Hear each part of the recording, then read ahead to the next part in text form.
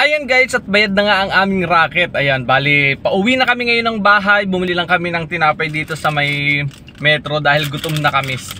Dahil ngayon ay 12 na, saktong 11:30 kasi kinatapos. Kaya pagkatapos dumiretso kami ng metro para kami bumili ng tinapay lang dahil gutom na kami.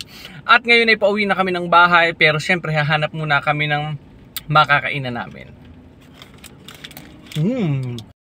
Ayan, at madilim pa, alis na kami para rumakit. O, diba, ang dilim pa ng aming paligid. Pero kailangan na namin umalis kasi rarakit kami ngayong araw na to. Salamat sa ganitong opportunity sa mga katulad namin nag-iikaw sa budget. Yan ang paligid at 5:30 pa lang ngayon. Paalis na kami dito sa bahay. Babiyahe na kami papunta sa school. Yan. Ayan, madilim pa ang ating paligid. Bali, bumili muna kami ng face mask dito sa tabi kasi kailangan namin ng face mask. Wala kaming nadalang face mask doon.